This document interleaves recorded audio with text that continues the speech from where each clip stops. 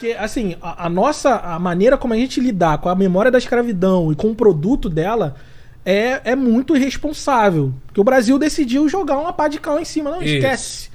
Esquece isso aí, deixa pra lá. Falando sobre isso, acho que é um fato curioso que vale a pena lembrar. Em 1888, assim que a Lei Áurea foi assinada, o Rui Barbosa, que na época, se não me engano, era ministro da Fazenda, posso estar errando aqui o cargo dele, mas eu sei que é o Rui Barbosa, ele queimou uma quantidade gigantesca de registros sobre a escravidão. Exatamente. Muito. Ele botou fogo, ele destruiu vários registros, pessoas que entraram, pessoas que saíram, valores que foi contra a pessoa. Parece que ele foi homenageado agora, né? Sim, então, é porque existe uma discussão, Lene, muito curiosa, que é o seguinte, tem uma galera que defende ele que fala o seguinte, o motivo real é por conta de um movimento que existia, que é o movimento dos indigenistas, não,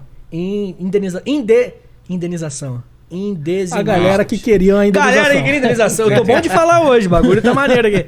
Essa galera que queria uma indenização do governo por conta do fim da escravidão. Sim. Um grupo de aristocratas estavam se organizando, ex-escravagistas, porque a escravidão acabou, e eles estavam querendo chegar no governo pra processar o governo falando, você me deve muito dinheiro, porque eu tinha um montão de pessoas e vocês, do nada, da noite pro dia, acabaram com eles. E aí dizem que o Rui Barbosa foi por conta disso.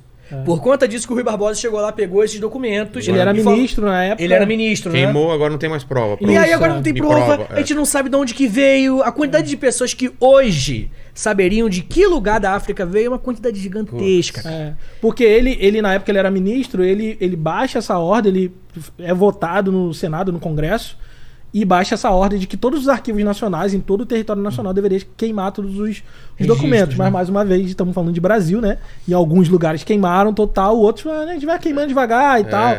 Então, a gente tem documentos ainda sobre escravidão, mas teria muito mais. Esse seria uma quantidade maior e mais detalhada, principalmente na capital, né? No Rio de Janeiro. Cara, eu não sabia disso. Perdeu muita coisa importantíssima. Foi o Nero da abolição.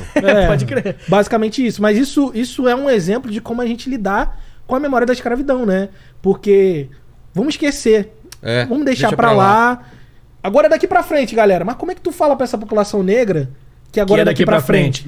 Se ela vive o ontem. O reflexo. Se ela tá vivendo, tipo assim, por conta daquilo eu tô assim. Como é que é daqui pra frente, pô? Cara, E é uma crueldade terrível, porque a gente tava falando sobre o branqueamento racial, vai trazer essa mão de obra branca pra branquear o Brasil e vai substituir a mão de obra negra, né? O cara que tá trabalhando lá na plantation lá de café e tal, agora chegou o momento de eu ser assalariado. O cara falou, pô, beleza, agora eu vou ganhar dinheiro. Agora eu vou ganhar dinheiro. Sem trampar. Já sei. O canal. Agora é o europeu aqui, ó. Chama o europeu. E aí, o cara vai ficar o quê? Sem emprego. Desempregado. Aí o que você faz? Você baixa uma lei chamada Lei da Vadiagem. Aí você pega o vadio sem emprego negro e joga na cadeia.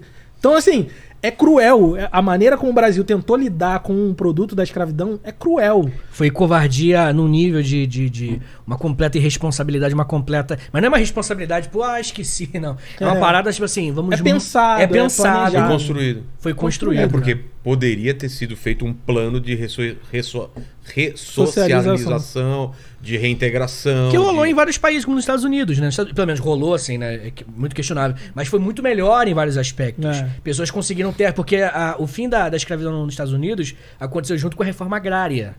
Então teve muita distribuição de terra para algumas pessoas que conseguiram se organizar melhor. Aqui no Brasil até hoje não teve reforma agrária. O André Rebouças, que era um dos abolicionistas, né? Que era monarquista, inclusive, era muito amigo da família real do Brasil.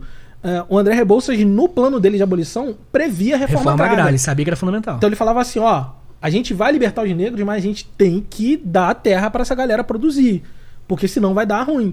E aí o texto que a gente tem hoje da abolição da escravidão é o texto do André Rebouças, ipsis literis. Só que toda a parte da reforma agrária eles deletaram do texto e deixou o parágrafo único lá, que é a gente vai abolir a escravidão. E é isso, valeu, falou, tamo junto. Quem cortou na época? Aí são as elites ali que estavam, né? Falou, aí não. Não tem um nome específico, né? Mas isso tudo é uma discussão muito... Tem documento das discussões do Senado e do Congresso para tentar fazer essa abolição de maneira mais suave para eles, né? No caso. De maneira mais suave para eles, sem que houvesse prejuízo. Tanto é que a crise foi tanta que um ano depois a monarquia caiu, né? No Brasil. Então, quase que coincide o fim da escravidão com o fim da monarquia no Brasil, né? De tamanha crise que foi gerada. Então você vê como é que